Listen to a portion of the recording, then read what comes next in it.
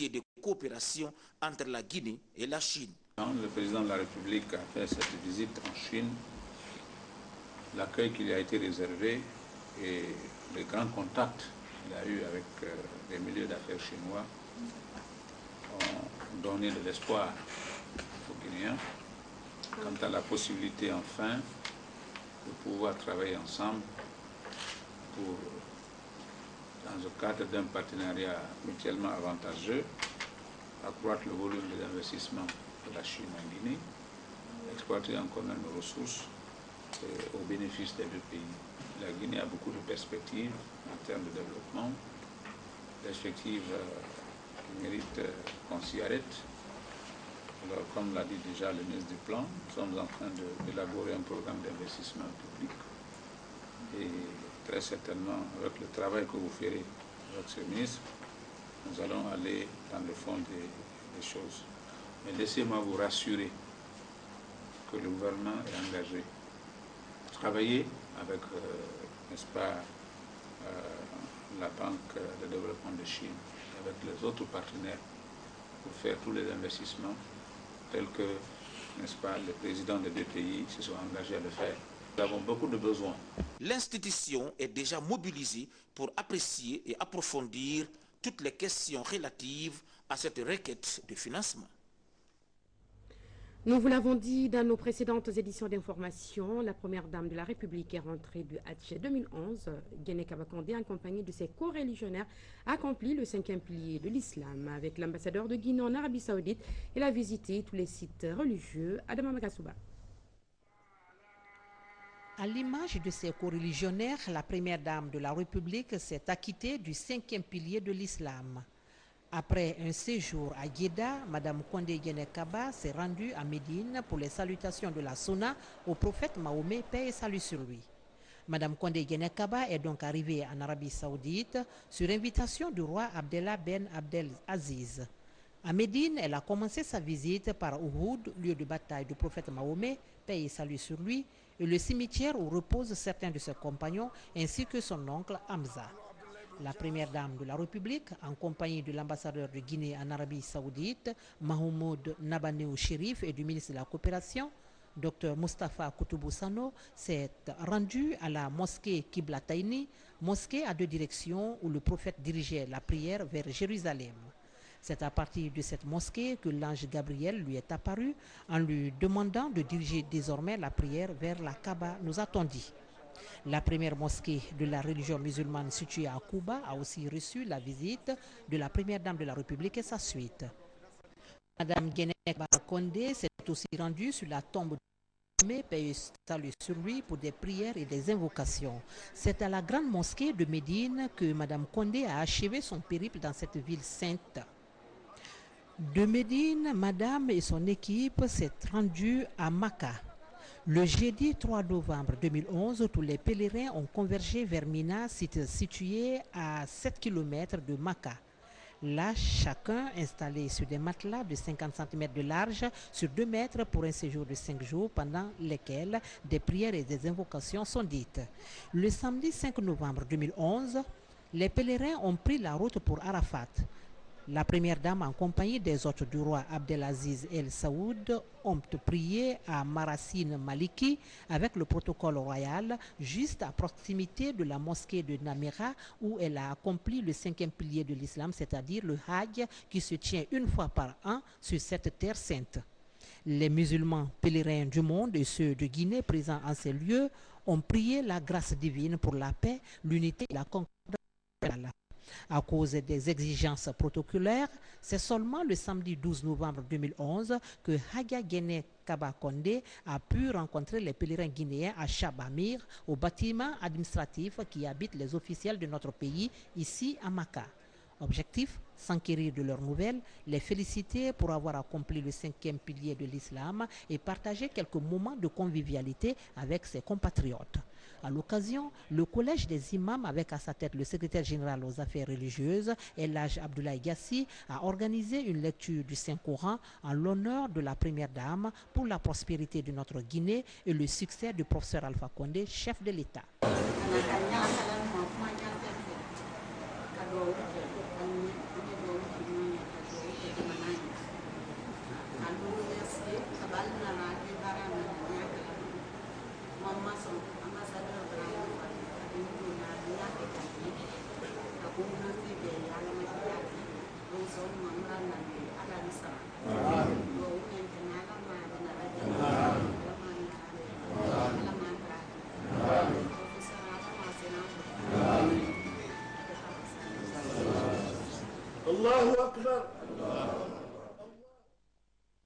Puisse Allah Tout-Puissant agréer nos prières, renforcer nos foi et nous accompagner dans les efforts quotidiennement déployés pour plus de progrès et de prospérité dans notre pays. Le président de la CENI s'est entretenu hier avec l'ambassadeur de la Grande-Bretagne. Les deux personnalités se sont essentiellement penchées sur les préparatifs des prochaines élections législatives en Guinée. Makame Donzo.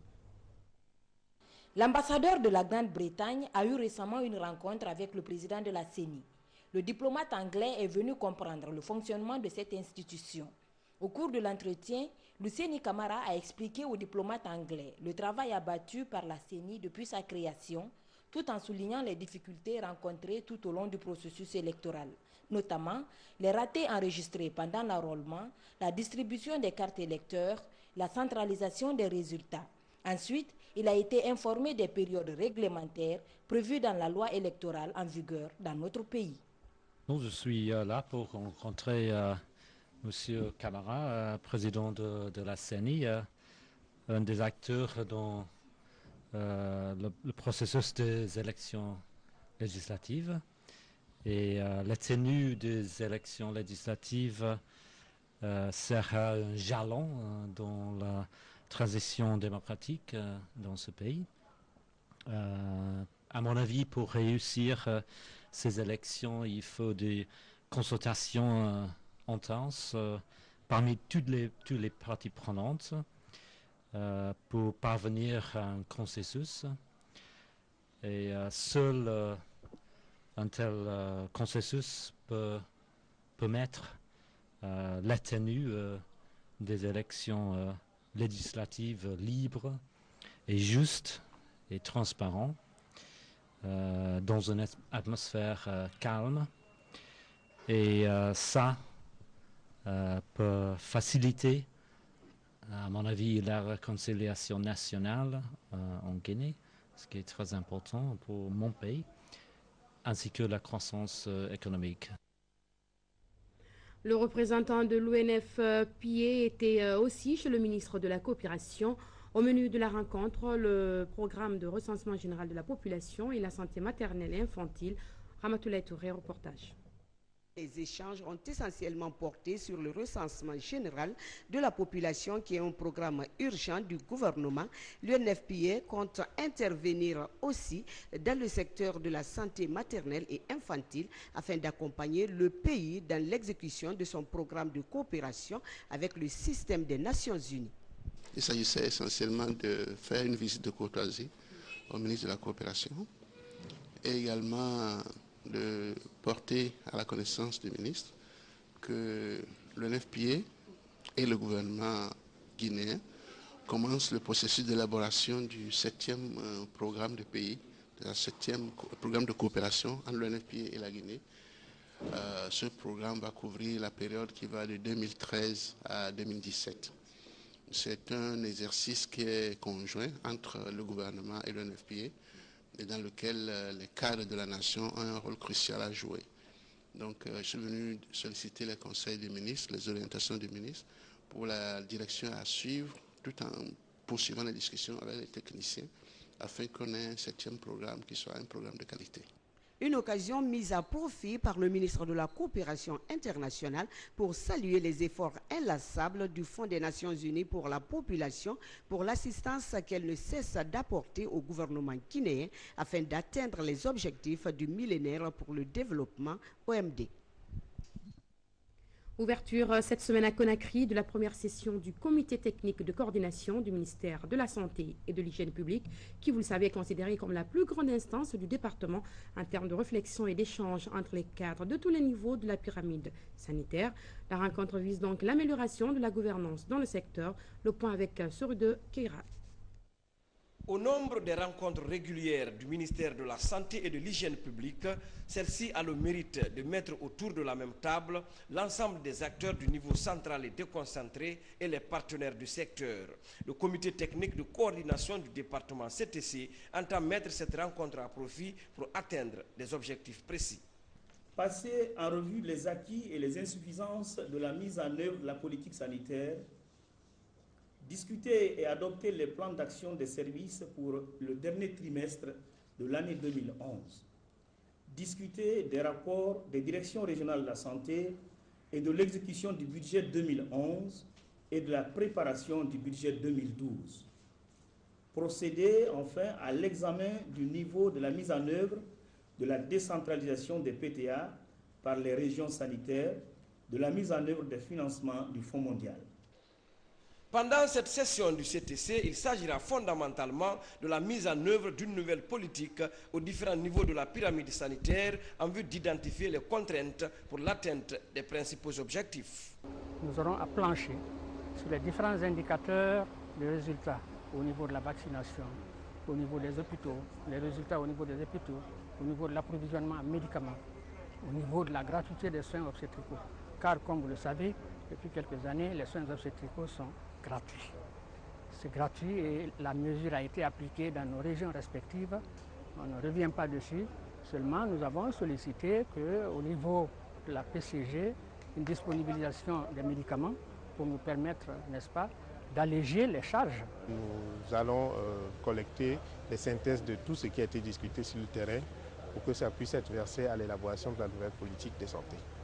Et à partir de cela, maintenant, des nouveaux plans stratégiques vont se mettre en place et en collaboration avec les autres collègues des différentes institutions, il sera mis en place un plan de collaboration, de coopération. Ainsi, les participants à cette instance solennelle auront à produire des contributions de qualité allant dans le sens de l'amélioration de la performance de notre système de santé, ce conformément au vaste programme de changement enclenché par le gouvernement de la Troisième République au bénéfice exclusif des populations guinéennes. Comme annoncé dans les titres, l'ONG Sidibé Ben Ivoire est l'un des services privés qui accompagne le gouvernement guinéen dans sa vaste ambition de réduction du taux de mortalité néonatale. Installée depuis 2008, cette fondation offre gratuitement d'énormes services aux femmes de la région de Kankan, Amadou Touré. La réduction du taux de mortalité néonatale est l'une des préoccupations du gouvernement guinéen.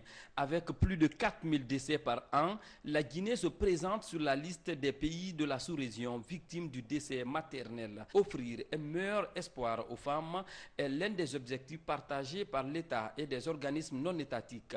C'est le cas par exemple de cette ONG Sidibé et Ben Ivoire, installée depuis 2008 au quartier Énergie à Kankan.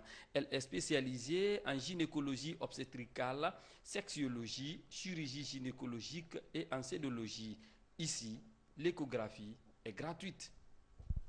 Lorsque je me suis installé à Conakry, je suis privé, hein, donc les femmes ont continué à venir, malgré les coûts, elles venaient là, elles avaient des résultats, c'était très bien.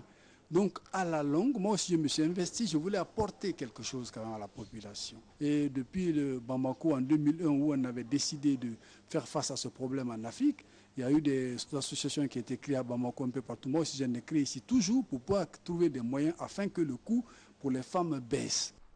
Avec un équipement de pointe en gynécologie et un personnel sorti des grandes écoles françaises en médecine telles que les universités René Descartes, François Rabelais, Marseille 2, les services sont beaucoup appréciés. Centre ninda ka dianim bali kanka musulnya parce que muso silaman traye ali trola densrondi ay eko setalunya ay kunfane ay lakola centre mena ka koro nindike sababu di ka no ya siamana se muso kono maluma muso kemenitane eko kunfantra ila itesa kala